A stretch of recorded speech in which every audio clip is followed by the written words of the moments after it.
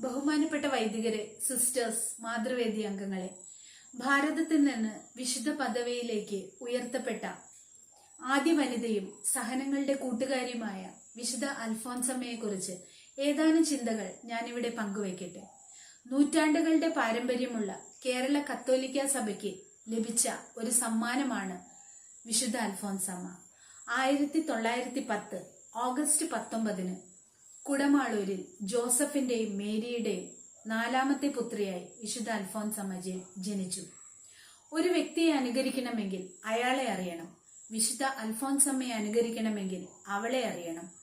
അവളുടെ ആധ്യാത്മിക ജീവിതത്തെ ആഴമായി പഠനവിധേയമാക്കണം. ഏതു വിധേനയും സുഖവും നേട്ടങ്ങളും കൈവരിക്കണമെന്ന് ആഗ്രഹിക്കുന്ന ആധുനിക തലമുറയ്ക്ക് ഒരു വെല്ലുവിളിയാണ് വിശുദ്ധ അൽഫോൻസമ്മയുടെ ജീവിതം. ജീവിച്ചിരുന്ന കാലത്ത് മഠത്തിന്റെ